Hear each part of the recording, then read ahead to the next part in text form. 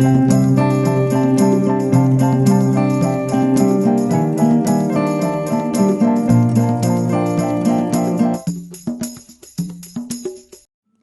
everybody, and welcome to Word Affinity, a podcast which has everything to do with words.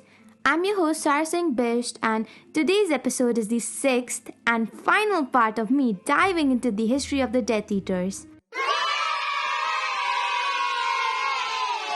Yup, that's my reaction as I finally got through one of the biggest and most important wizarding events of 20th century. So, last time I covered till Voldemort's second attempt at seizing control of the wizarding world. Today, I'm going to start with Death Eater controlled Ministry and Hogwarts. But that's not all.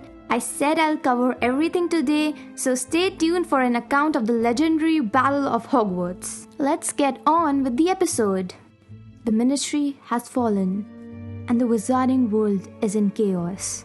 Let me explain. So, Voldemort and the Death Eaters weren't exactly winning, but Voldemort said, "Hey guys, why not try again? Second time's the charm." First of all, Voldemort, it is third time's the charm, not second. But am I sure? Yes, I am. And the next thing that happens is, the Ministry has fallen. Scrimgeour is dead. They are coming. Sorry, Voldemort, my man. Just forget that I said anything. Voldemort took control of the Ministry, killing Minister of Magic Rufus Scrimgeour and putting his controlled puppet Pius Thickness in his stead. Several Death Eaters were also given notable positions in the Ministry, and they used this power to attack Ron's home, the Burrow, other homes of Order members, as well as those of some of their allies. No one was killed, but some were hurt and put under surveillance. With supreme power in his hands, Voldemort started bending the rules in his favor. Stationing Nagini in Godric's Hollow, he went to find the Elder Wand. The Death Eater-controlled Ministry continued to flourish in his absence. They created the Muggle-born Registration Commission, whose sole purpose was to persecute Muggle-borns who were falsely accused of stealing magic and thrown into Azkaban. The Death Eater-controlled Ministry put a 10,000 galleon price on Harry's head, and he was considered undesirable number 1. Also, the taboo curse was placed upon Voldemort's name as a method of locating anybody who was brave enough to say it. Now, let's imagine something for a while. We are at the Malfoy Manor, and the atmosphere is so tense that if you try to take a deep breath, it will sound like a kettle going off. So, I am Voldemort, and I'm another person. I'm also Lucius Malfoy, I'm also Severus Snape, and some other Death Eaters. So, let's go. The scene starts with Lucius saying something. "That is a horrible idea, stupid, evil wizard." "Lucius, may I ask what you are muttering under your breath?" Nothing, Master. I was just thinking aloud."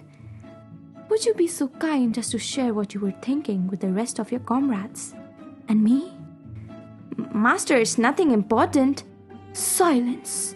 I want to know what you were muttering under your breath, Lucius. You know what happens to those who defy me." "Master, I was just thinking about that, just if there will be pudding at dinner tonight." "My dear Lucius, may I ask you something?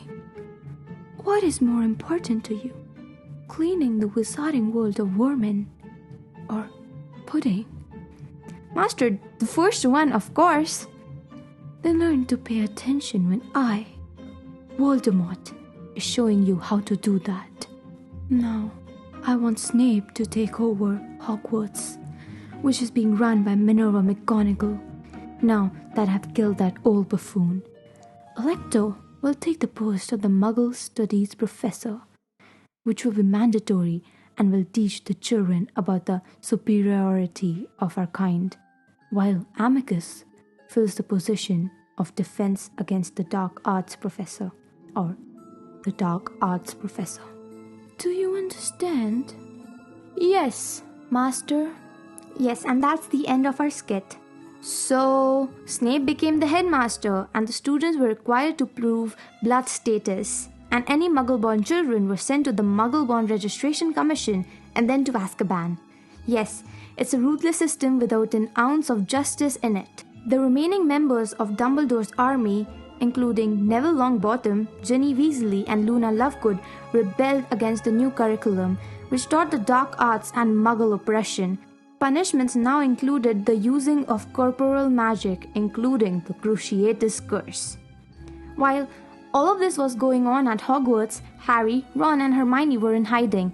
They had found and destroyed the locket, one of Voldemort's Horcruxes. They had also found Helga Hufflepuff's cup, which was later destroyed by Hermione. Voldemort learned what Harry was doing from the goblins. In panic, he killed them all and went to the places the Horcruxes were hidden, leaving Hogwarts last, but in the process revealing to Harry that Hogwarts was indeed the last place to go. Now, the thing we were all waiting for, the single most important battle of all of Wizarding history, the Battle of Hogwarts. Let's see what happened. Harry went to Hogwarts to find the diadem of Ravenclaw. He also informed the staff and the DA members about Voldemort's plan to lay siege to Hogwarts. They roused the students and prepared to defend the school. Snape ran off to the Death Eaters. Later, Harry learned that he was indeed a double agent and was helping Dumbledore in planning the fall of Voldemort. Voldemort and his Death Eaters and their other allies attacked Hogwarts and those defending it in May 1998. During the battle, Harry, Ron, and Hermione managed to find the diadem in the Room of Requirement. It was accidentally destroyed by an out-of-control fiend fire curse. Voldemort had Nagini kill Snape, believing it would make him the true master of the Elder Wand, and then issued an ultimatum to the other side. I command my forces to retreat immediately. You have 1 hour. I speak now, Harry Potter, directly to you. I shall wait for 1 hour in the Forbidden Forest. If at the end of that hour you have not come to me, have not given yourself up, then battle recommences. This time I shall enter the fray myself, Harry Potter, and I shall find you, and I shall punish every last man, woman, and child who has tried to conceal you from me. 1 hour. Because of Snape's memory, it was revealed to Harry that he had accidentally turned into an Horcrux. He willingly went to the forest to die by Voldemort's hand to save his friends, but because his mother's sacrifice lived on in his blood, the blood Voldemort took in himself in order to regain a body, Harry was not killed. He found himself in a middle place between life and death, where he meets Dumbledore, who asks him if he wants to go back or move on. Harry chooses to go back in order to save his friends. He regains his life and is taken to the castle by a triumphant Voldemort and his army. When they reached, Neville Longbottom performs an act of bravery and beheads Nagini, the last Horcrux, as taking Voldemort's curse killed the Horcrux inside Harry. Harry comes back as if from the dead and challenges Voldemort to a duel. With the Death Eaters' forces silenced and the battle all but lost, Harry Potter destroyed their master once and for all. Without their master, the surviving Death Eaters fell. The aftermath of this victory was that many Death Eaters were permanently imprisoned. After Voldemort's death, the dark marks on the Death Eaters' forearms faded into scars. So, that was all for today. I don't know if this is a coincidence, but this is also the last episode of this season. But don't worry, I'll be back in a few weeks with brand new episodes for all of you. So, if you like this podcast, make sure to rate, review, and follow us. If you're listening on YouTube, please like, share, and subscribe. Thank you for listening. Goodbye.